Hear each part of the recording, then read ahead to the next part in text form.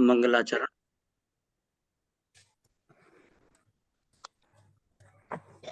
सच्चिदानंद रूपाय विश्वोत्पत्त्यादि Hathaway तापत्रय विनाशाय कृष्णाय वयं नमः। ब्रह्मानंदं परम सुखदं केवलं ज्ञानमूर्तिं द्वन्द्वातीतं गगनसदृशं तत्त्वमस्यादिलक्ष्यम् एकं नित्यं विमलचलं सर्वधी साक्षिभूतम् भावातीतं त्रिगुणरहितं सद्गुरुं तं नमामि। बोलिए सच्चिदानंद सद्गुरुदेव भगवान की जय। जय। और अभी जैसे कि हमारे सत्संग की बड़ी सुंदर परंपरा है, एक सुंदर भजन प्रस्तुत होगा, तो उसके लिए सादर आमंत्रित हैं आदरणीय गुरु बहन श्रीमती सरिता ढींगरा जी। आज आपने वो नहीं किया, आज आपने गुरुदेव को प्रणाम नहीं किया? पहले किया था भाई साहब, किया है। किया है। हाँ जी, फिर भी एक बार और गुरुदेव भगवान के चरणों में कोटि कोटि प्रणाम अर्पित है। तो मुझे ध्यान नहीं, मैंने तो समझा मंगलाचरण से ही शुरुआत किया आपने। नहीं किया। मंगलाचरण से पहले किया था। अच्छा अच्छा, ठीक है, तो मैं ध्यान। हाँ जी जी जी। जय गुरुदेव। जय गुरुदेव बहन जी, जय गुरुदेव। सभी को नमन वंदन और गुरु नानक जी के प्रकाश पर्व की बहुत बहुत बधाई। जय गुरुदेव। गुरुदेव भगवान की जय। सुनी दातार प्रभु, सुनी पुकार दातार प्रभु, गुरु नानक जग माही पठाया, गुरु नानक जग माही पठाया। चिम चिम बरसे अमृत तार, गुरु नानक ने लिया अवतार, विच ननकाने दे आया है नानकी दावीर। चिम चिम बरसे अमृत तार, गुरु नानक ने लिया अवतार, विच ननकाने दे आया है नानके दावीर। चिम चिम बरसे अमृत तार। तन तन माता जी ने बाल है सजाया, दोला दाई ने पहला दर्शन पाया। तन तन माता जी ने बाल है सजाया, दोला दाई ने पहला दर्शन पाया। हो गई चरणा तो बलिहार, हो गई चरणा तो बलिहार, मत्था चुम्मे सो वार, विच ननकाने दे आया है नानकी दावीर। चिम चिम बरसे अमृत तार। दोला दाई ने जाके कालू जी नू दसिया, रब तेरे घर आया खिड़ खिड़ हसिया। दौला दाई ने जाके कालू जी नू दसिया, रब तेरे घर आया खिड़ खिड़ हसिया, कर लो चल के दीदार, आया खुद निरंकार, विचनन काने दे आया है नानकी दावीर, विचनन काने दे आया है नानकी दावीर, चिम चिम वरसे अमृत तार, चिम चिम बरसे अमृत तार, गुरु नानक ने लिया अवतार, विचनन काने दे आया है नानकी दावीर, चिम चिम वरसे अमृत तार। जय गुरुदेव। पंजाबी में बोला तो। जय गुरुदेव जी। नहीं, बहुत हाँ जी। हाँ, बहुत सुंदर भजन, जो कि बहुत आसान था समझना, बहुत कुछ भी दिक्कत नहीं हुई है। और गुरु नानक जी के प्रकाश पर्व यानी उनके जन्मोत्सव की बधाई एक प्रकार से, और उनके जन्म का बड़ा सुंदर सटीक वर्णन इस भजन में है। चिमचिम बरसे अमृत तार, गुरु नानक ने लिया अवतार, ननकानी विच आया है नानकी दा वीर। उनकी बहन का नाम नानकी था, तो उनके भाई ने जन्म लिया है वो ननकाने में, और अमृत की धार बरसती है गुरु नानक जी ने जब अवतार लिया। माता जी का धन को धन्यवाद, धन धन ने बोला, ऐसा पुत्र पैदा हुआ। सबसे पहले दाई ने उनका दर्शन पाया तो चरणों पे बलिहार हो गई। फिर उसने जाके उनके पिताजी को बताया कि आपके घर में स्वयं भगवान पधारे हैं, आप चल के खुद दीदार कर लो, वो आपके ही घर आए हैं। ऐसा भाव इस सुंदर भजन में आज इस प्रकाश पर्व के अवसर पर आपने प्रस्तुत किया। भजन बहुत सुंदर, आपका बहुत बहुत धन्यवाद और आभार है। अभी परंपरानुसार अभी सदगुरुदेव भगवान का एक प्रवचन प्रस्तुत होगा, उसके लिए सादर अनुरोध है आदरणीय गुरु भाई श्री कुलदीप राय शर्मा जी से आज का प्रवचन सुनवाने की कृपा करेंगे।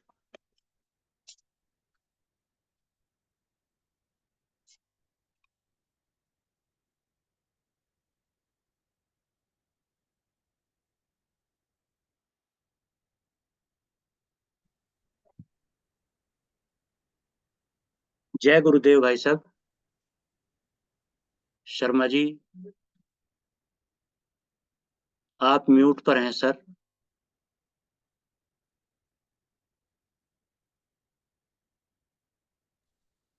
हैंग हो रहा है, वो अटैक नहीं हो रही है। अच्छा जी, अच्छा जी, अच्छा जी। हैंग हुआ।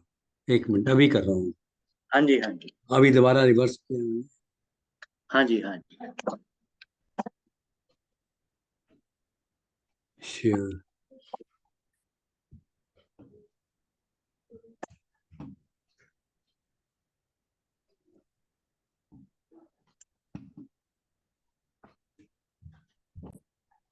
हाँ, हो गया।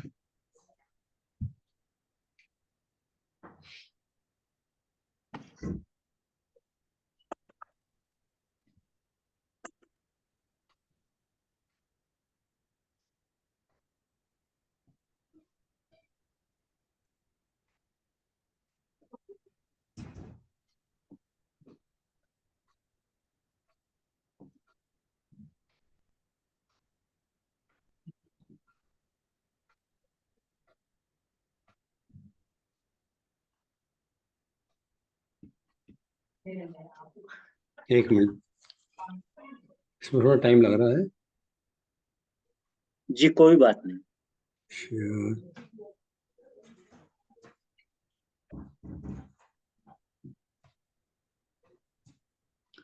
बेटे वो हैंग हो गया सारा कुछ।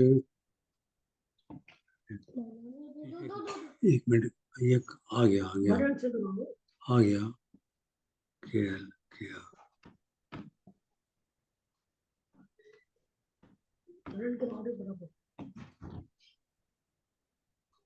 शेयर। हाँ जी, हो गया जी। Just a minute.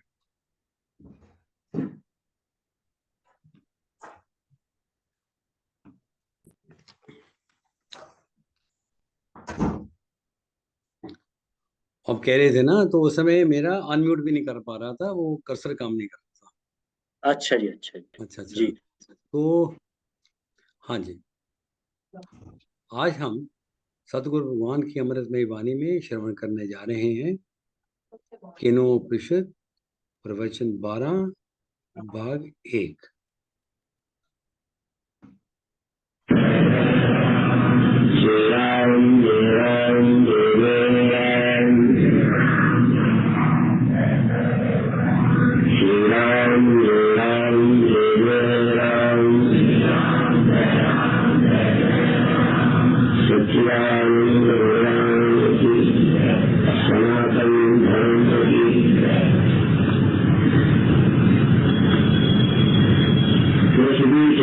घूमती है, पर पृथ्वी में जो जहाँ तालाब है वही रहता है, जो पेड़ है वही रहता है, जो नदी है वो वही रहती है, जो पहाड़ है वही रहता है। पृथ्वी घूमती है क्योंकि पृथ्वी से चिपका हुआ है। आपके शरीर में कहीं नशा है।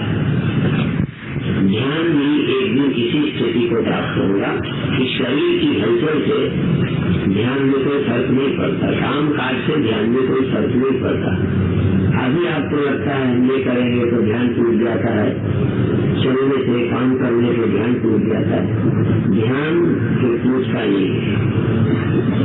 इसके लिए मैंने बीते समय शायद उदाहरण लिया था कि एक ट्रेन चलती है, उसमें यात्री बैठा है। यात्री की 4 स्थितियां। ट्रेन चलती है, यात्री भी डिब्बे में कहीं चल रहा हो, ये भी संभव है। कई बार ट्रेन चलते में आप उसके बाद सोचोगे ट्रेन तो खड़ी है, आप तो चल रही है।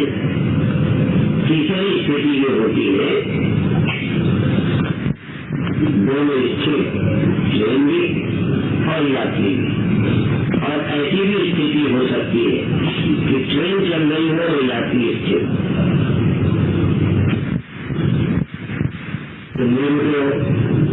तो पहले साधक जो शरीर को स्थिर करता है तब वो स्थिर हो पाता है।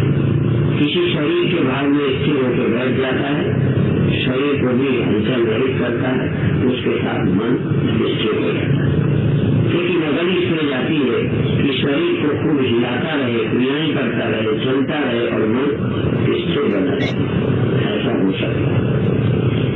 एक ऐसी स्थिति है सामान्य साधकों की, जब तन से तो बैठे होते हैं, बाहर वाला देखेगा बिल्कुल समाधि में ही बैठा है, और उठने के बाद बताता है कि मन भटकता लगता ही नहीं। एक स्थिति यह है कि तन भी चलता है और मन भी चलता है। यद्यपि एक स्तर के बाद मन की चंचलता, मन की गति ध्यान में बाधा नहीं बनती। मन की गति भी ध्यान में बाधा नहीं बनती, मन की गति भी ध्यान में बाधा नहीं बनती, लेकिन वो सिद्धावस्था है। जब हमारी सिद्धावस्था ध्यान की आएगी तो मन की गति से हमको कोई बाधा नहीं पड़ती। मन कभी कहीं जाता है, मन कभी कहीं उठता है, मन में परिवर्तन आता है और हम मन के साक्षी की तरह मन को जानते हैं, पता चलता है। ये ध्यान की शुद्धावस्था है। इनमें से कौन किस स्तर पर है, वो जिस स्तर पर होगा वो अनुभव भी होने लगता है। सबसे कठिनाई ये है कि साधक होने वाले उठने वाले भावों को, होने वाली क्रियाओं को, होने वाली घटनाओं को अपने साथ किसी न किसी ढंग से जोड़ लेता है और वो फिर दुखी सुखी हो जाता है। ध्यान के किसी गुरु से बिना जानकारी के जो मन में ध्यान विषय धारणाएं बैठानी है वो बहुत बाधा बन जाती है। सबसे पहले या कहूँ ध्यान का दूसरा दिन, ध्यान का दूसरा दिन, वैसे 14 दिन बीच में बीत गए, अब ध्यान का वो दूसरा दिन होगा जिस दिन हमने ध्यान किया। ध्यान का पहला दिन जिसमें हमने स्नान करने के बाद सायंकाल प्राणायाम किया और प्राणायाम के के बाद ध्यान में बैठे और सबसे पहले प्रकाश की अनुभूति स्वतः हुई, अपने आप उसमें कोई प्रयत्न नहीं था। और ये मैं आपको बता दूं, सिर्फ हम ध्यान में बैठे जो अपने आप हो तो ज्यादा श्रेयस्कर है, कल्याणकारी है। जिसमें हम कुछ करने का प्रयत्न करते हैं उसमें मेरा श्रम रहेगा और एक अहंकार पुष्ट होगा कि मेरे करने से हुआ। हमको उस समय जरा भी नहीं लगा ना हमने प्रकाश देखने की कोई योजना बनाई थी। हम तो स्नान किया और चित्त को एकाग्र करके आज्ञा चक्र पर प्राणायाम करते प्राणायाम करते करते अचानक प्रकाश प्रकट हो गया। कोई हम लाए ऐसा नहीं, तो अच्छा लगा, आश्चर्य हुआ। दूसरा दिन ध्यान का जो बीच के गैप की दृष्टि से 8-10 दिन बाद मैं महर्षि रमन को पढ़ा रहा था।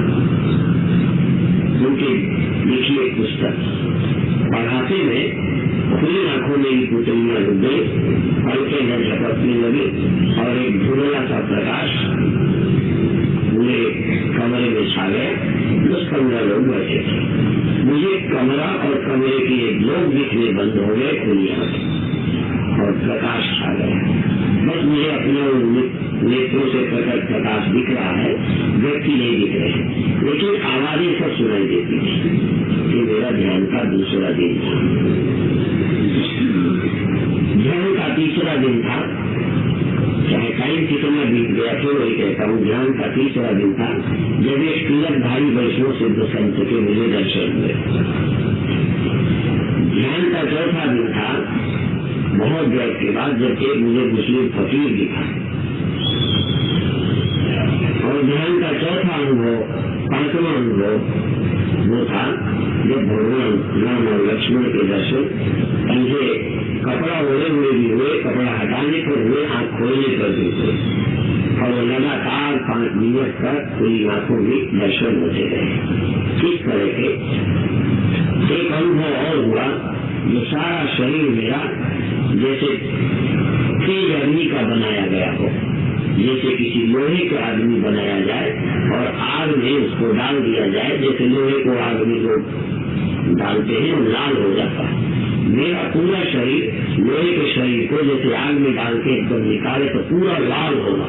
मेरा पूरा शरीर अग्निवत लाल हो गया। जलन नहीं, आनंद, आश्चर्य, चमत्कार लगा। फिर ऐसे अनुभव होते रहे जैसे शरीर कुछ क्रियाएं करता है, जिधर मैं बैठा होता हूँ उधर न होकर घूम जाता है। फिर कुछ ऐसे अनुभव होते रहे जैसे हमने आसन किया, रीढ़ सीधी करके बैठ गए तो झटके रीढ़ में आते रहे और आकर मेरा शरीर और सिर जमीन तक पहुंच जाता था, जमीन में स्वतः जाता था। लेकिन सीधा मैं अपने संकल्प से होता। झुकने में मैं सिर्फ विरोध नहीं करता था, लेकिन मेरा कोई संकल्प नहीं था। अपने आप झटके आए, शरीर झुक जाए आगे को कैसे झुकते झुकते झटके आते जाए। बीच बीच कोई ऐसे कोई चीज जैसे कुछ अंदर धक्का मारती है और मुझे नीचे को ले जा रही है, बस शरीर नीचे तक चला जाना। वहाँ 5 मिनट, 10 मिनट, 15 मिनट, 20 मिनट जितनी देर अच्छा लगता था शरीर को वही रहने देता था। यहाँ रहने देने में मेरा सहयोग था। संकल्प कोई उठूं ऐसा कोई नहीं आता, उसको रहने दिया। फिर इसके बाद शरीर को आवश्यकता होती कि सीधा करो, दिल करता था सीधा करो।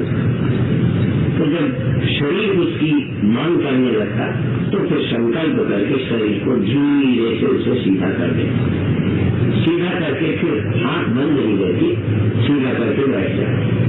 बैठे बैठे बैठे फिर झटके आने शुरू होते, फिर मुझे नीचे तक झुका ले जाती क्रिया। इस तरह का ये अनुभव उसी क्रम में रहा। फिर एक एक अनुभव कई बार रिपीट भी होता रहा। प्रकाश है वो कई दिन आते रहना, प्रकाश में थोड़ा परिवर्तन होना, रंगों में परिवर्तन होना, दिखते रहना, क्रियाओं में थोड़ा परिवर्तन होना, होते रहना। कभी एक बार लगा जैसे मेरी रीढ़ कोई लंबी कर रहा है, चट चट ऐसे कोई आवाज की होती, जैसे कोई उंगलियां चटकाता है तो फूटती है, ऐसे लगे जैसे रीढ़ में कोई शब्द होता है कोई, और उस झटके के साथ रीढ़ लंबी हो गई। और ऐसा अनुभव होता था जैसे 1 आध फुट लंबा हो गया। तो ये तो शायद संभव नहीं है कि इतना लंबा होता होगा, पर भीतर जरा सी वो जो क्रियाएं हुई वो ऐसा अनुभव कराती थी। ये जब अंतः स्थिति में जब हम होते हैं तो छोटा सा अनुभव बड़ा हो जाता है। जैसे पिक्चर जो आप देखते हैं वो छोटा सा रेंज में होता है, पर पर्दे में बहुत मालूम पड़ता है। पर जहाँ पर्दे में जितना बड़ा है वो सत्य नहीं है, कहाँ वो सत्य है क्योंकि वो वही है जो सूक्ष्म है, वही वहाँ बाहर बड़ा होकर नजर आता है। तो भीतर कुछ लंबाई हुई जरूर, पर सूक्ष्म में जो छोटी सी लंबाई हुई वो महसूस बहुत होती है। इसी तरह से जो मैंने घूमने को कहा था, एक बार मैं बैठा और बैठे बैठे मेरा धड़ में घूमना शुरू हो गया, ऐसे ऐसे और घूमता रहा। मुझे लगता था मैं एक समकोण 90 अंश का कोण बन गया, यहाँ की बजाय इधर को हो गया, इतना फर्क हो गया। लेकिन जब मैंने आंख खोलकर देखा तो 45 अंश मुड़ चुका था, 90 अंश नहीं 45 अंश मुड़ा था और पूरी कमर से शरीर मुड़ गया था। ये तो निजी अनुभव है, मैं बताता हूँ। जिन साधकों को सिखाया उनको जो हुआ वो एक लंबा विषय और है। इसी तरह से शरीर का हल्का हो जाना जैसे जमीन से उठ गया और उस समय बहुत सुखद अनुभव हुआ। लेकिन आश्चर्य से मैंने नीचे टटोल के देखा कि अनुभव सच है कि केवल अनुभूति हो रही, तो जमीन पर ही था। जमीन पर लगता था मैं 2-3 फुट जमीन से ऊपर उठ गया, तो अनुभूति हुई।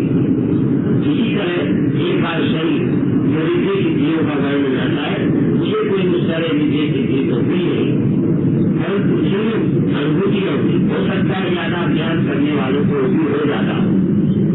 मुझे ऐसा लगा जैसे शरीर को वजन होता जा रहा है और जिस जमीन पर बैठा हूँ फंस रही, इतना वजन मेरा बढ़ता जा रहा है, ऐसा अनुभव हुआ। परंतु जब ध्यान छोड़े तो जैसे सामान्य शरीर होता है वैसा, लेकिन थोड़ी स्फूर्ति, हल्कापन, प्रसन्नता। अब जब चले तो ऐसा लगता है जैसे शरीर अपना हवा में चलता है, कितना अच्छा लगता है। एक तो अपना ही शरीर अपने को बोझ बन जाता है। इस तरह विलक्षण अनुभव होते हैं। एक ध्यान के अनुभव में ये भी होता है कि हाथ जहाँ के कहाँ जम जाना, पल के बंद है तो खोलने की हिम्मत न आना, कुचेली भी स्थिर हो गई है तो न डोलना।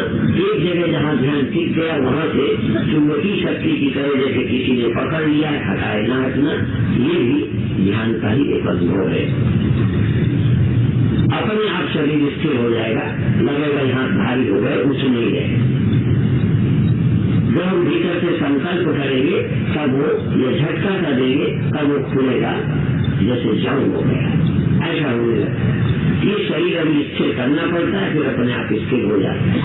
अभी कुछ स्थिर करनी पड़ती है, फिर स्थिर हो जाती है। मन अभी रोकना पड़ता है, फिर वो रुक जाता है। मालूम पड़ता है कि इतने मिनट या इतने सेकंड तक मन कहीं जाता ही नहीं, स्थिर हो गया, अपने आप रुक गया। जैसे खेल कूद में बच्चे का मन लग जाए तो घर भूल जाता है। कोई हम पिक्चर देखते हैं तो मन एकाग्र हो जाता है, वहां हम करते नहीं। आप ये दो अनुभव रखें, एक में आपने मन लगाने की चेष्टा की, एक आपके मन की स्थिति की थी, इसलिए मन वहां लग गया। क्या आप खेल कूद और देखने में तमाशे में मन लगाते हो कि लग जाता है? एक जादूगर आ जाए और जादूगरी का खेल करे तो अपने आप मन लग जाए, और उतनी देर पेशाब न लगेगी, उतनी देर शरीर में दर्द न होगा, क्योंकि मन लग गया और अच्छा लग रहा है। तो खुशी के कारण भी दर्द नहीं होता। दर्द तब होता है शरीर में जब आनंद का अनुभव कम होता है, जब भीतर अंदर रोम रोम पुलकित होता है तो दर्द कहाँ होगा। उन नशों में तो आनंद का संचार होने लगता है। एक अनुभव ध्यान का ये भी कि जब हम शरीर ध्यान में बैठे तो हमको ध्यान में ही पहले जीवन में अनुभव हुआ कि आनंद पूरे देह में है। नहीं तो जैसे कोई पैर दबाता है तो वहां सुख लगता है, पर बाकी लोग तरस रहा है। कभी हम धूप में होते ठंडी में कभी पीठ को आराम आता है तो आगे ठंड लग रही है, दिल करता है इधर ले लो। कभी साइड से धूप अच्छी लगती है तो ये साइड तरसती है। कभी कभी कोई पंखा करता है या अपने हाथ से करते हो तो यहाँ अच्छा लगता है तो लगता है पीठ में भी हवा हो जाए, माने पीठ वंचित है उस आनंद से। लेकिन जब ध्यान में कोई क्रिया का संचार होता है या भीतर कुंडली शक्ति का शरीर में संचार होता है तो लगता है जैसे आनंद मेरे रोग रोग में, खून के कण कण में आनंद है, माने सर्वांग आनंद। सर्वांग आनंद का अनुभव बिना ध्यान के किसी को हो ही नहीं सकता। यहाँ का काम सुख भी एक नाड़ी विशेष में होता है, लेकिन ध्यान का सुख पूरे अंगों में होता है। कुंडली जब जागती है तब कोई अंग विशेष में, जैसे मेरुदंड में ऐसा लगेगा जैसे कोई चीज उठ रही है और ये और उठ जाए, वो भी एक अंग विशेष में।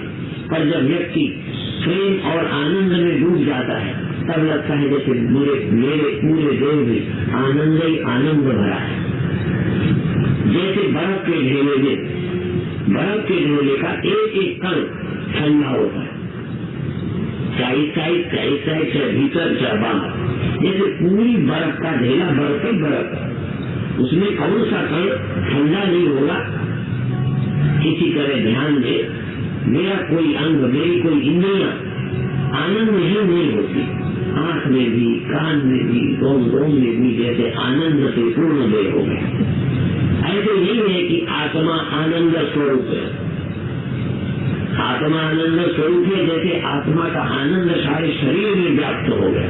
जैसे एक कपड़े को किसी पानी में डूबो दो तो उस कपड़े का पूरा हिस्सा गीला हो गया, और कभी एक हिस्सा डूबो तो बाकी सूखा है।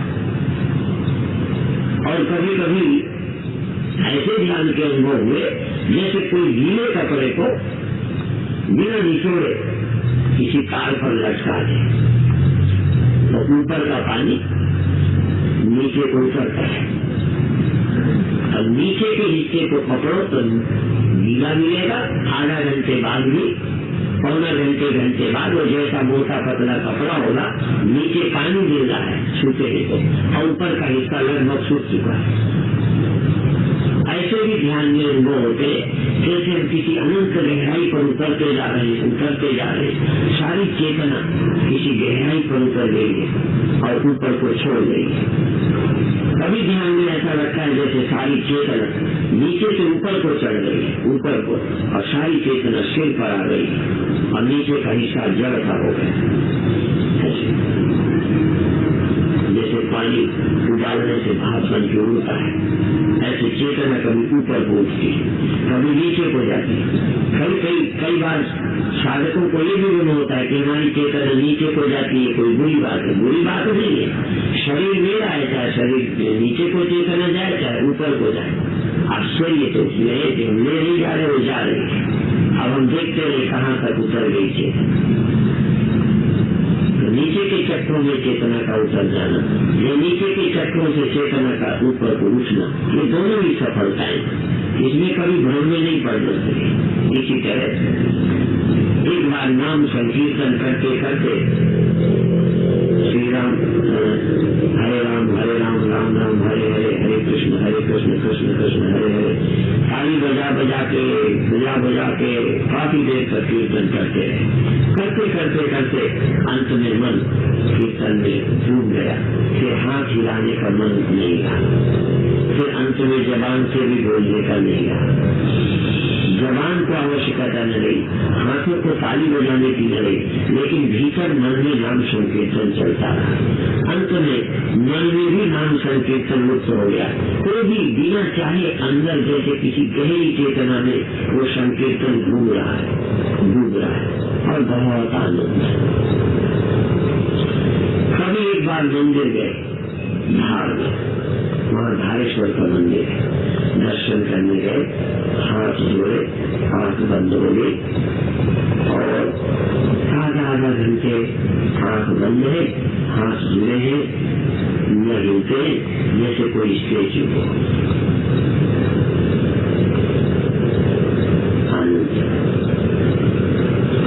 अब जब मैं अपने ईश्वर से कहता हूँ तो लगता है जैसे भगवान के नमन आनंद है, लेकिन आपको चूंकि हो नहीं रहा इसलिए आपके लिए वहाँ कुछ भी समझ नहीं आएगा।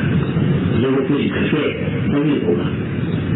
इसलिए जो भी हमारे भारतीयों ने बताया है वो अपने आप में बड़ा अमूल्य है, लेकिन जब हमारे भीतर वो स्पंदन जागृत हो जाए, वो प्रेम और एकाग्रता जगे, उस माधुर्य जगे। अब हमको यहाँ योजना बदली, जब गए तो मन में भीतर से दिल करने लगा तो हाथ छोड़ा और ऐसे किया, आँख खुली ऐसे और ऐसे करके सिर झुकाते आँख बंद हो गई, बस आँख बंद है।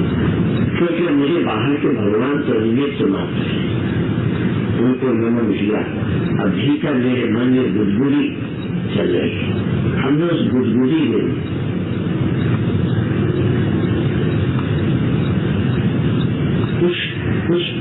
उस नमन का, उस प्रभु नमन का, उस प्रभु भक्ति का आनंद। अब आनंद कोई बाहर प्रतिमा में थोड़ी, प्रतिमा तो निमित्त बन गई। आनंद कहाँ जगह होगा? मेरे भीतर की प्रतिमा में। जैसे आपने सब्जी खाई तो नमकीन सब्जी है, बहुत अच्छी बात है, नमकीन लगता कहाँ है? जीव में लगता है। आनंद मान लिया भगवान ने, महान प्रभु है, लेकिन महान का जब संस्पर्श मेरे मन में होगा तो प्रेम और आनंद कहाँ प्रकट होगा? मेरे प्रकट तो मेरे भीतर होगा। जो भी कुछ है मेरे भीतर प्रकट होता है वही मुझे मिलता है। यदि ये आपके अंदर जगने लग जाएगा तो कभी कीर्तन में चले जाएंगे तो वह कीर्तन में आपका ध्यान जग जाएगा, क्योंकि ध्यान एक बार लग चुका है। तब कीर्तन में जब ध्यान लगेगा तो तुम्हें लगेगा ये कि इस कीर्तन में बड़ा है, आज यहाँ बहुत अच्छा है, बहुत आनंद यहाँ आया। वो आनंद वहाँ नहीं आया, वो आनंद उस कीर्तन से नहीं आया, क्योंकि एक बार आपके अंदर जागृति हो गई है, इसलिए बहाना चाहिए उसके जगने का। इसलिए कोई संत देखेंगे कि आंख बंद किए बैठा है तो आप खड़े या बैठे आपकी आंखें बंद हो जाएंगी और आप ध्यान में चले जाएंगे। फिर तो सिर्फ निमित्त चाहिए, जैसे कामी आदमी को स्त्री दिखना चाहिए, बस सुंदरता जरा दिखे बस कुर्मी चले, मन में भूत सवार। ऐसे ही ये भक्ति भी इसी तरह चलती है। भक्ति और काम दोनों के एक लक्षण है, और जो भक्ति के लक्षण वही काम के। जैसे कामी आदमी को स्त्री का चिंतन, स्त्री का दर्शन, स्त्री की चर्चा, इसीलिए 10 लड़के बैठे होंगे तो किसी लड़की की चर्चा करेंगे, सुंदरता की चर्चा करेंगे, उसके चलने की बातें बताएंगे, उसके मुस्कुराने की बताएंगे, हमें माधुर्य दिखाई पड़ता है, उसकी हर चीज अच्छी लगती है। इसी तरह भगवान के भक्तों को भगवान की चर्चा, भगवान का दर्शन, भगवान के कहाँ रहते हैं, नंदा लगभग इतना कहते गुदगुदी चल पड़ती है। यदि कामी को किस कॉलेज में पढ़ती है, कहाँ रहती है, ये चर्चा आदमी को प्रभावित करती है काम के कारण। अब वो काम थोड़ा शरीर से जुड़ा है, पर शरीर अकेला कभी प्रभावित नहीं करता। मान लो आप जवान हैं और आज आप दुखी बहुत हैं, कोई मर गया है, आप युवक है परंतु अभी आपके गाल में दर्द है, पेट में दर्द है, सिर में दर्द है, बहुत परेशान है, आप काम सताएगा? जवानी तो है, चाहे जवानी ही क्यों नहीं है, पर मन को अवसर भी तो चाहिए वैसा। जब तक मन उस तरह नहीं बनता तब तक कोई शरीर हम पर हावी नहीं होता। अब शरीर का दर्द हावी है, जवानी गायब। एक चीज हावी हो जाए मन में, ऐसे यदि प्रभु का प्रेम हावी हो गया तो क्रोध गया, चिंता गई, भय गया। क्यों? उधर मन न भय 10-20। आप रोज घर पर जानते हो रेडियो में आपको स्टेशन मिलानी, वही खबरें आएंगी। और सारी दुनिया है, सारी दुनिया के स्टेशन भी तुम्हारे रेडियो में है, और बजेगा वही जिससे तुमने सुई दिलाती है, तो वो बज रहा है। कभी कभी थोड़ा एक के साथ दूसरा भी बजता है, कभी कभी आप भजन भी करते हैं, थोड़ा और बजेगा, थोड़ा सा कमा भी रहे हैं, काम भी बज रहा है। सामने भी है, लोग भी बज रहा है।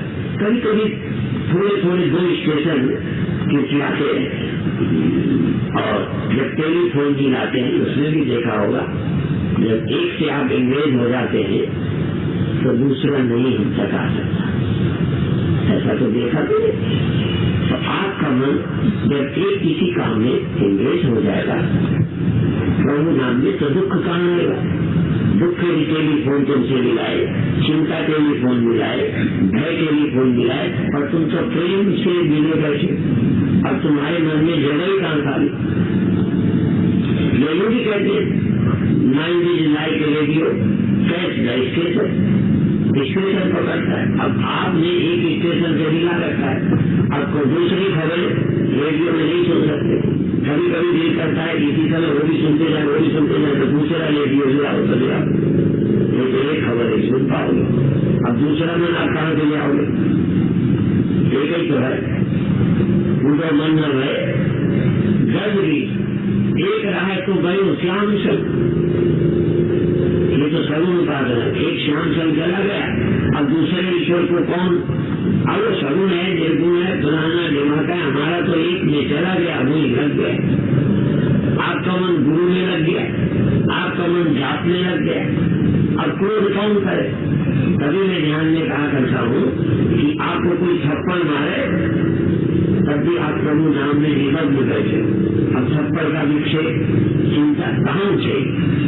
थप्पड़ लगा, लेकिन जिस मन में विक्षेप उठना है वहाँ प्रेम और भक्ति और भगवान का नाम उठ रहा है, लगातार नाद चल रहा, अनाहत बिना व्यवधान के अंदर प्रभु का सुमिरन चल रहा है। मन आनंद में डूबा बैठा है। अब वो आनंद क्यों छोड़ेगा? और छोड़ेगा तो ही बाहर प्रतिक्रिया होगी। इसलिए जिन दुखों से आप बचना चाहते हैं उन दुखों से बचने का उपाय नहीं करना। फिर मैं बता, आपको दुखों से बचने का उपाय नहीं करना, आपको तो प्रेम का उदय करना है। आपको कोई टेलीफोन न मिलावे ये नहीं करना, या तो फोन को उठा के धर दो, धर सको तो, नहीं तो अपना खुद मिला लो कहीं, बाकी कैसी कैसी मिलाते रहे।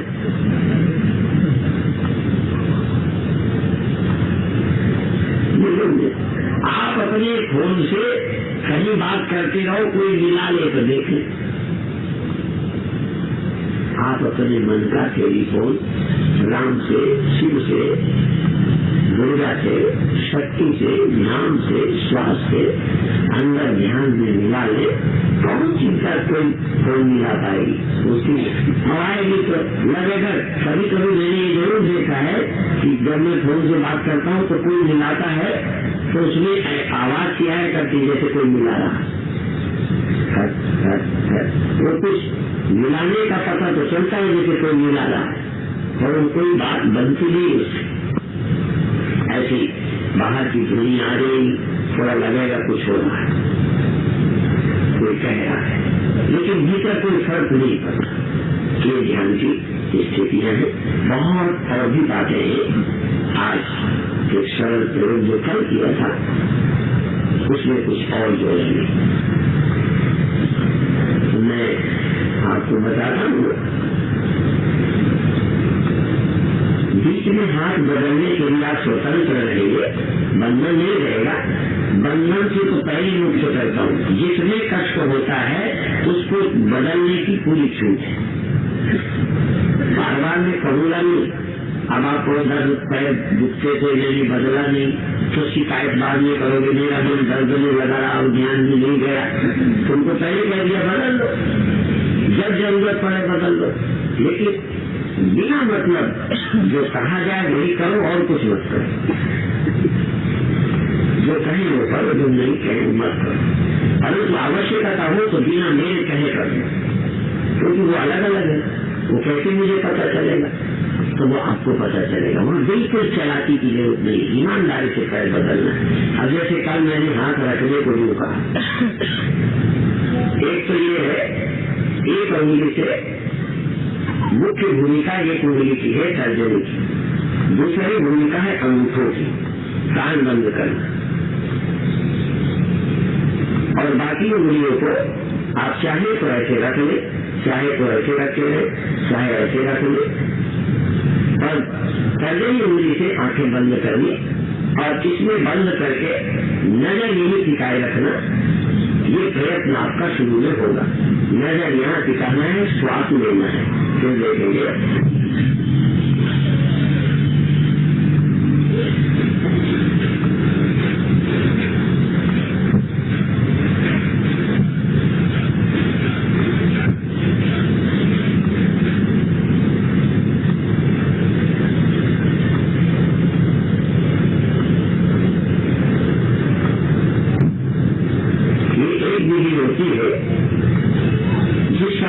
लेना और फेंकना है, उस समय भी आप बिल्कुल नहीं देखते, आपका ध्यान पूरा इसी जगह, जैसे कोई तार एक जगह लगाए, ऐसी आपकी नजर स्थिति है। श्वास को ले लेते हैं, लेना और छोड़ना है, लेकिन लेने छोड़ने में चाहे इधर हिलते रहे, श्वास को लेते रहे और दृष्टि यही टिकाए रखें। इससे दो फायदे होंगे। एक तो शरीर की हलचल बनी रहने से जो पीड़ा पैदा हो जाती है वो नहीं होगी, काफी देर कर सकते हैं, और कोई काम करते रहो तो आपका उत्साह रहेगा, थकान नहीं आएगी शरीर में। तीसरी बात है कि क्रिया करने पर भी एकाग्रता बनी रहे। जैसा मैंने कहा था, ट्रेन चलती रहे, हम कुर्सी न छोड़े, सीट न छोड़े। आप इस चीज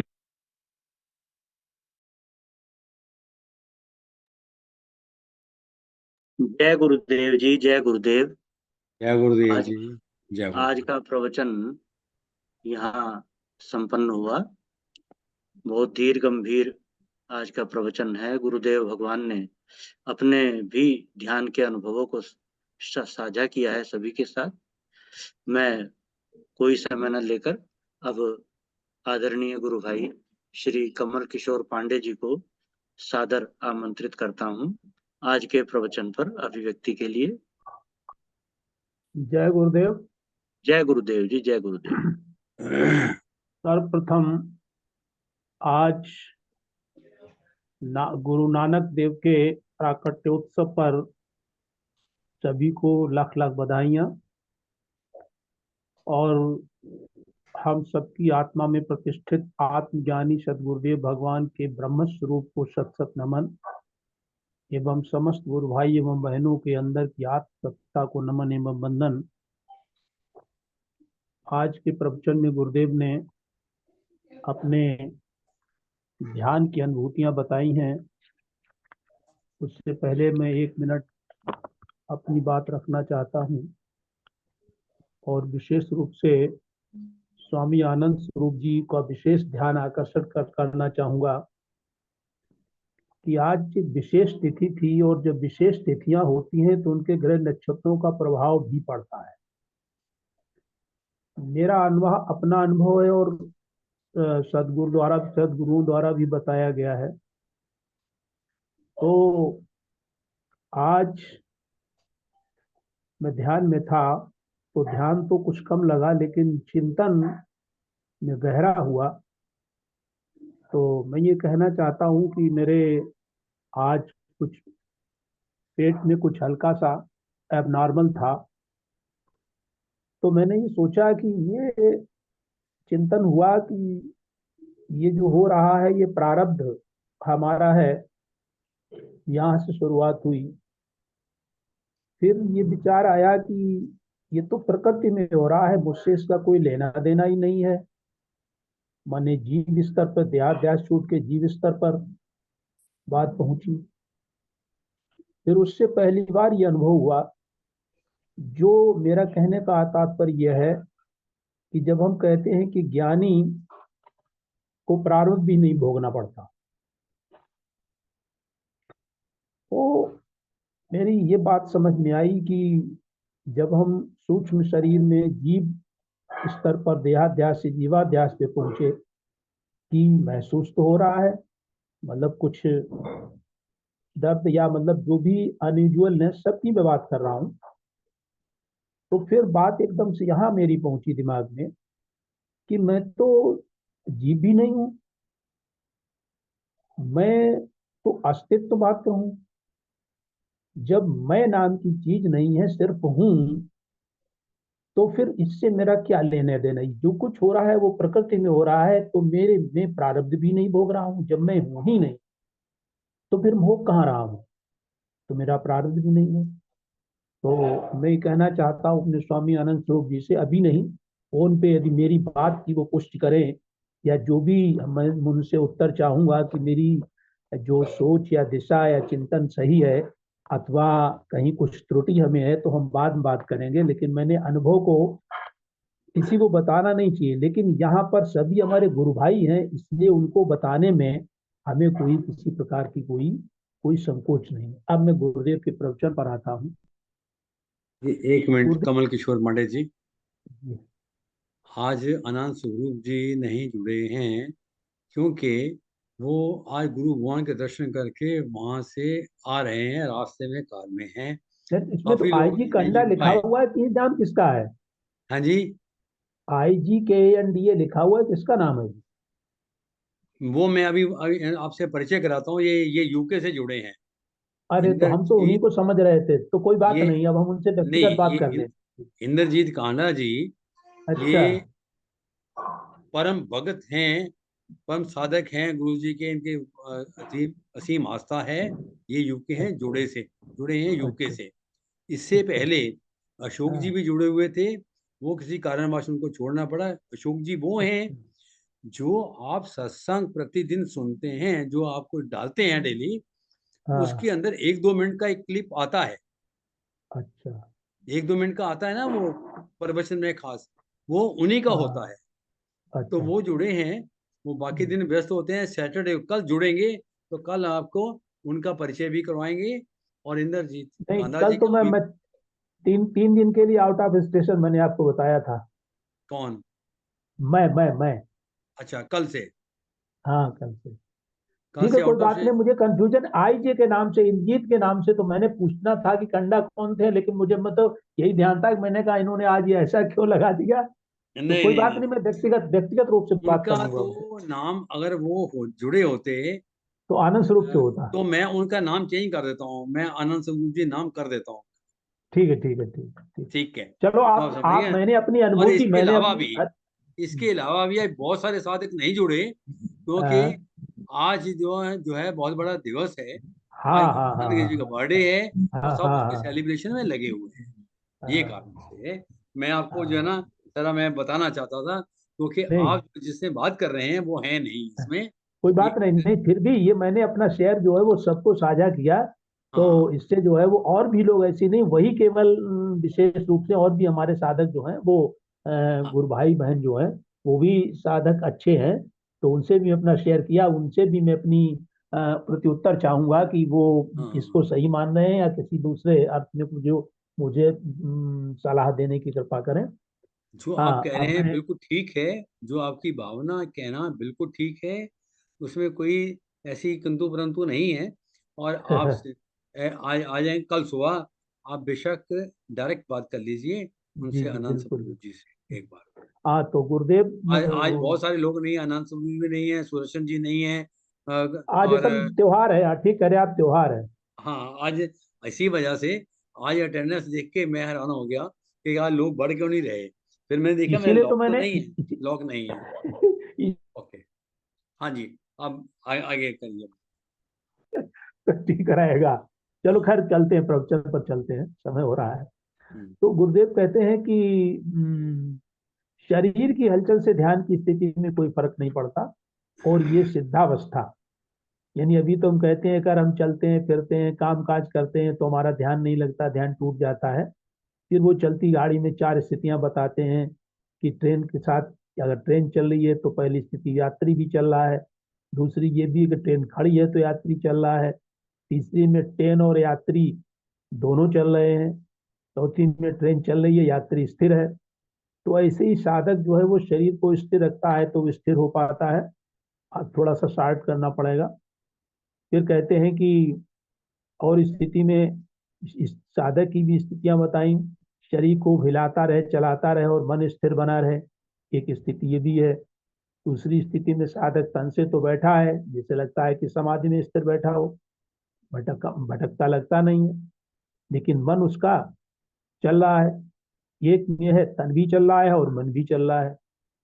तो एक समय के बाद मन की चंचलता ध्यान में बाधा नहीं बनती। जब हम काफी आगे बढ़ जाते हैं अपनी ध्यान की स्थिति में तो वो बाधा नहीं बनती।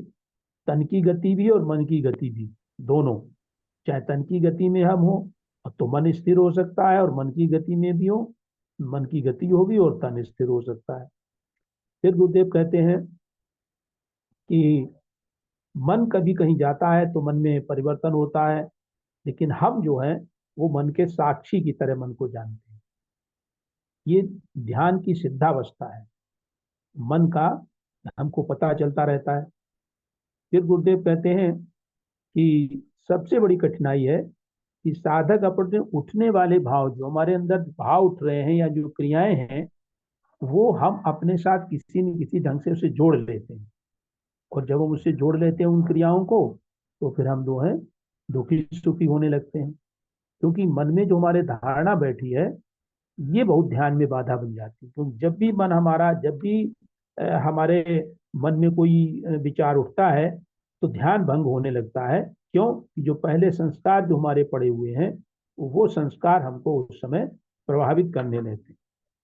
फिर है कि गुरुदेव अपने ध्यान की बात बताते हैं। पहले दिन के प्राणायाम के बाद, स्नान के बाद प्राणायाम, फिर प्रकाश की अनुभूति उनको ही स्वतः हुई, यानी उसमें उन्होंने कोई प्रयत्न नहीं कहा। गुरुदेव बताना, जब ध्यान में बैठे तो हम लोगों से भी कह रहे हैं कि जो ध्यान में बैठे और जो अपने आप हो वो ज्यादा श्रेयस्कर है, यानी हमें कुछ करना ना पड़े।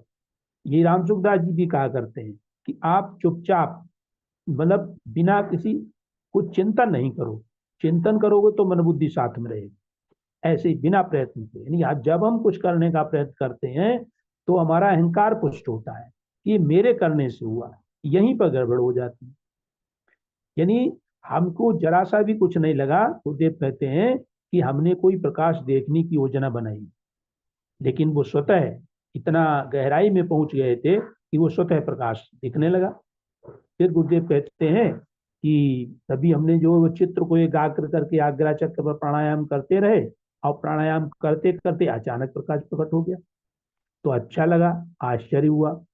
फिर दूसरे बात बताते हैं, दूसरे दिन की नहीं, दूसरे बार की, भले ही 8-10 दिन 15 दिन में ज्वार हुआ कि विद्यार्थियों को पढ़ा रहे थे तो खुली आंखों से पुतलियां रुक गई और पलकें झपकने लगी और धुंधला सा प्रकाश पूरे कमरे में छा गया।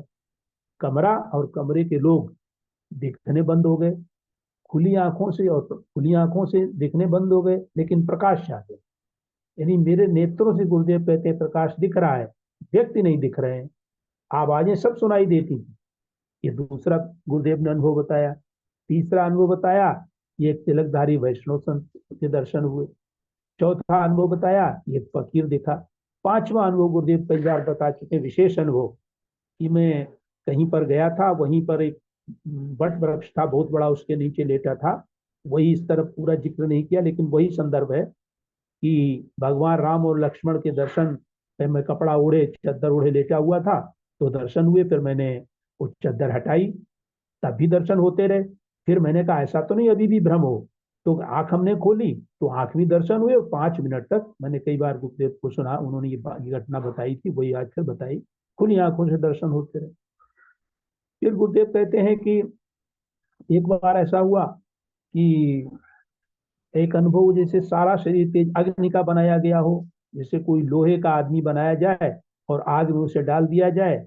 जैसे लोहे को आग में डालते हैं वो लाल हो जाता है, ऐसे लोहे को आग में डाल के निकाले तो पूरा लाल हो। ऐसा मेरा शरीर अग्निवत लाल हो गया, लेकिन जिसमें जलन नहीं थी, आनंद था, आश्चर्य था, चमत्कार घटा था। ऐसे गुरुदेव कहते हैं और भी अनुभव हुए। फिर कहते हैं कि एक बार जो है वो, मैं ध्यान कर रहा था, कुछ अनुभव हुआ कि जिधर मैं बैठा होता हूँ उधर से घूम जाता हूँ।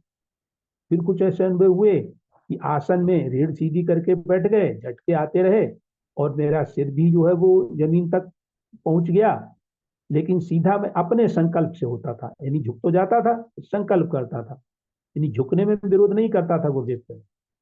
फिर आगे है कि गुरुदेव कहते हैं कि शरीर नीचे तक चला जाना, वहां 5, 10, 15, 20 मिनट की जितनी देर अच्छा लगता था शरीर को वहीं रहने देता था, अपना अनुभव है।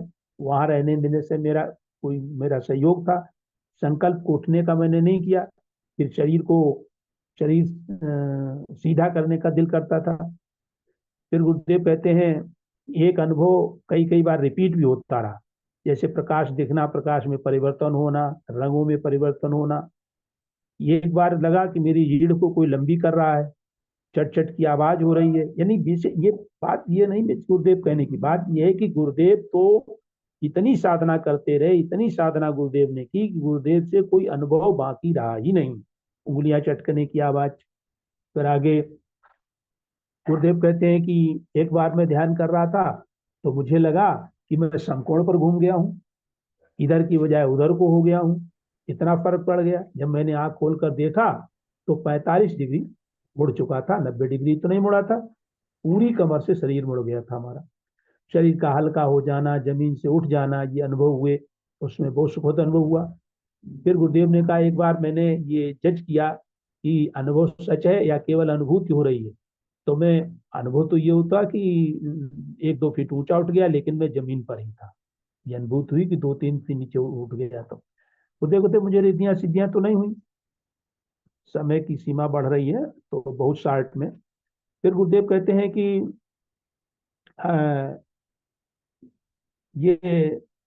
ये शरीर अभी स्थिर करना पड़ता है शुरुआत में, फिर स्थिर हो जाता है। अभी बुद्धि स्थिर करनी पड़ती है, फिर बुद्धि स्थिर हो जाती है।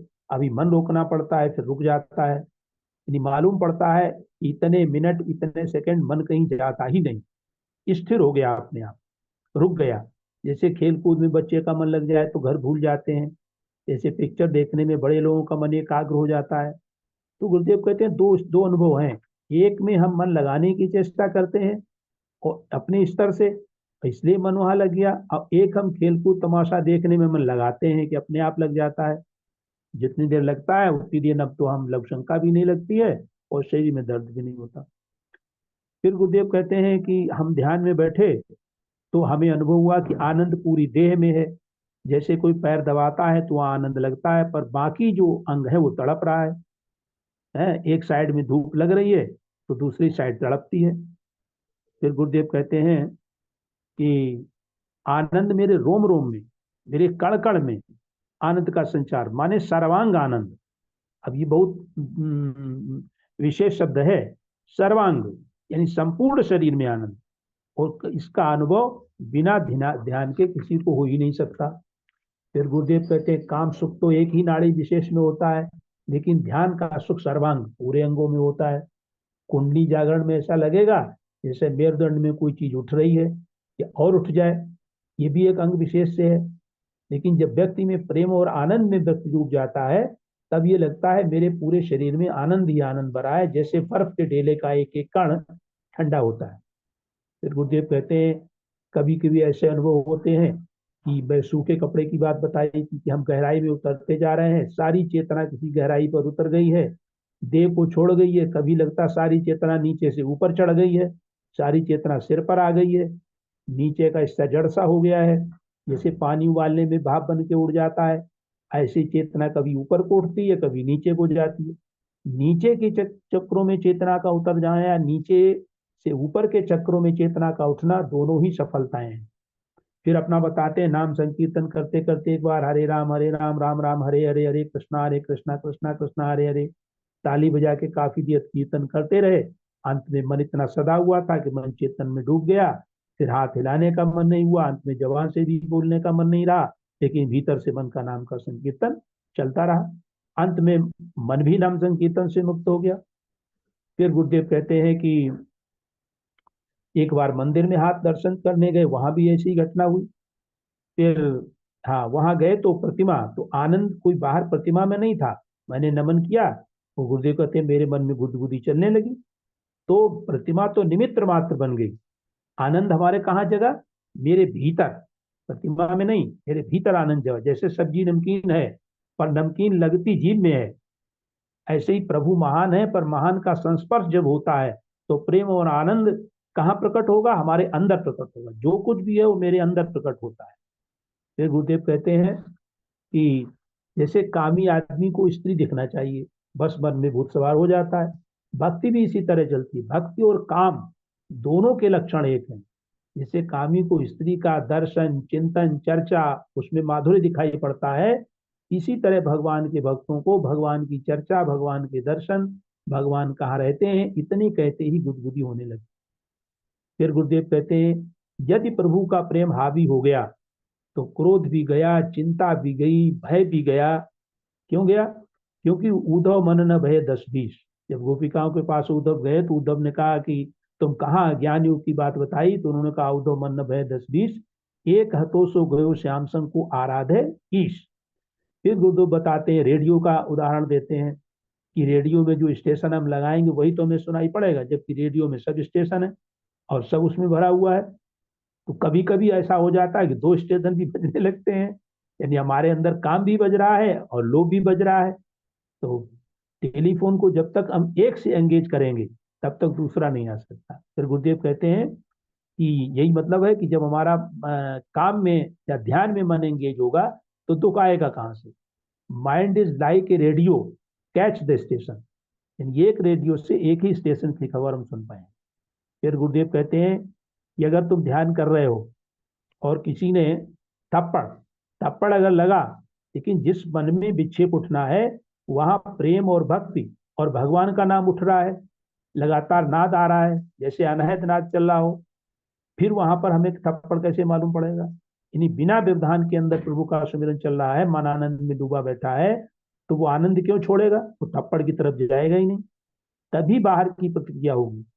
फिर गुरुदेव कहते हैं कि जिन दुखों से हम बचना चाहते हैं उनसे बचने का उपाय नहीं करना है, हमें तो प्रेम का उदय करना है। उसका भी उदाहरण बताते हैं कि इसका फोन आया, हमें फोन उठाना नहीं है, या तो रख देना है या कहीं खुद किसी को मिलाने लगना है। तो क्या होगा?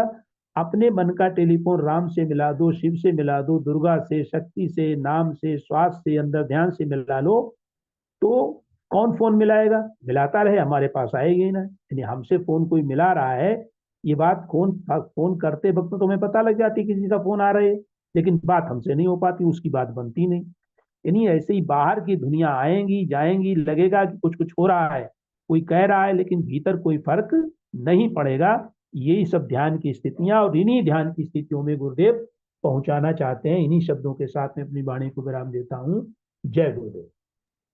जय गुरुदेव। बहुत बहुत धन्यवाद गुरु भाई जी। आपने आज का प्रवचन यद्यपि स्पष्ट नहीं सुनाई पड़ रहा था, इसके बावजूद आपने इतनी सुंदर अभिव्यक्ति और इतनी विस्तार से एक एक बिंदु को समाहित करते हुए दी, इसके लिए आपका बहुत बहुत धन्यवाद है। और अब जी समय सीमा हाँ काफी जी, ऊपर जा चुकी है। एक मिनट राम जी जी जी जी। अभी समय तो हो चुका है, फिर भी मैं जो कुछ साधक हमारे आज पहली बार इंग्लैंड से जुड़े हैं, यूके से जुड़े हैं, उनका परिचय कराना चाहूँगा। बेशक आज अटेंडेंस तो बहुत कम है, तो मुख्य साधक हैं वो जुड़े नहीं हैं किसी कारण से, तो फिर भी मैं चाहता हूँ आज जुड़े हैं तो आज इंट्रोडक्शन तो करवाना ही चाहिए, और एक बार दोबारा करवा देंगे जब वो लोग आएंगे। ठीक है, अभी सबसे पहले तो मैं आमंत्रित करूंगा अशोक जी को। अशोक जी हैं, अशोक जी आप आइए। अशोक जी आप अपना परिचय देंगे? शायद वो ड्यूटी पे होंगे, सुन रहे हैं। मैं अभी ड्राइविंग कर रहा हूँ। हाँ मैं समझ गया। और आप जो है ना फिर करेंगे। मैं कल तो आप जुड़ ही नहीं पाएंगे, कल तो गुरु भगवान वहां होंगे शायद। बिल्कुल बिल्कुल, कल आप अगले शनिवार देखिए जुड़ेंगे, अगले शनिवार आप जुड़ेंगे। ठीक है, ठीक है। मैं अभी जो है ना, मैं आपको बाद में करूंगा। अभी इंद्रजीत कांदा जी हैं हमारे साथ में। इंद्रजीत कांदा जी, आप वीडियो ऑन करके अपना परिचय दीजिए। इंद्रजीत कांदा जी भगवान गुरु भगवान को बहुत हृदय से मानते हैं, सत्कार करते हैं और प्रतिदिन उनके प्रवचन सुनते हैं। बाकी परिचय आप अपना खुद देंगे। अनम्यूट कीजिए, आप अनम्यूट कर लीजिए। हाँ हाँ जी। हाँ जी। गुरु नाम जी के, गुरुदेव जी के चरणों में प्रणाम। मेरा नाम इंद्रजीत है और ओरिजिनली पंजाब से हूँ, और यहाँ यूके में रहते ओवर 50 इयर्स हो गए। और कुछ 2 साल से तकरीबन मैं ये यूट्यूब पे स्वामी जी के प्रवचन सुनता रहा। तो लास्ट ईयर मैंने कोशिश की कि भी मैं वहाँ जाकर मिलकर आऊँ, अपने रिलेटिव्स को भेजा ताकि फाइंड आउट करें क्या। फिर उन्होंने कहा कि वो 3-4 जगह पर होते हैं उनके आश्रम, और पता नहीं होता कि कहाँ कब कहाँ है, तो इसका हमें देखना पड़ेगा। तो मैंने भी उसको वहीं छोड़ दिया, मैं कि देखेंगे कैसे। थोड़े दिन हुए तो मैं स्वामी जी का वो सुनने लगा यूट्यूब पे, तो उस पे आ रहा था अपना परिचय दो, वो जो जब भी मैं ऑन करता था ना, तो मैंने भी लिख कर भेजा कि भाई मैम सो एंड सो, और स्वामी जी का सुन रहा हूँ।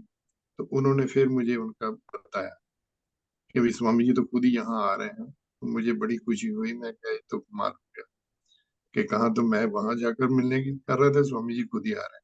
फिर उन्होंने दिलजीत भाई साहब का दिया, फोन नंबर दिया, उनसे कनेक्ट किया।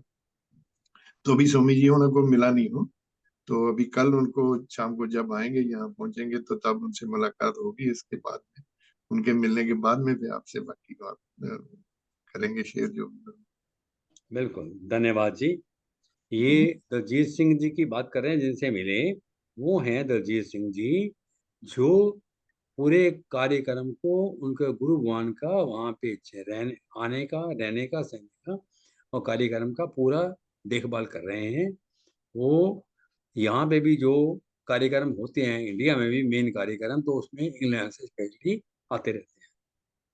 उनका परिचय भी कभी अलग फिर से कराएंगे। धन्यवाद जी आपका। हाँ जी, तो भाई साहब अब अगर आज्ञा हो तो सीधे सीधे समापन कर दिया जाए।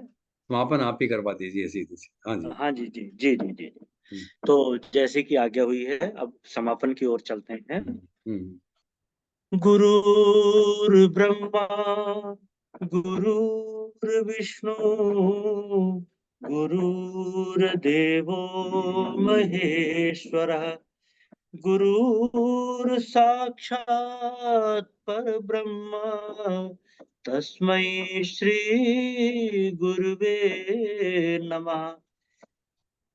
ध्यान मूलम गुरुमूर्ति पूजा मूलम गुरुपदम मंत्र मूलम गुरुर्वाक्यम मोक्ष मूलम गुरु कृपा।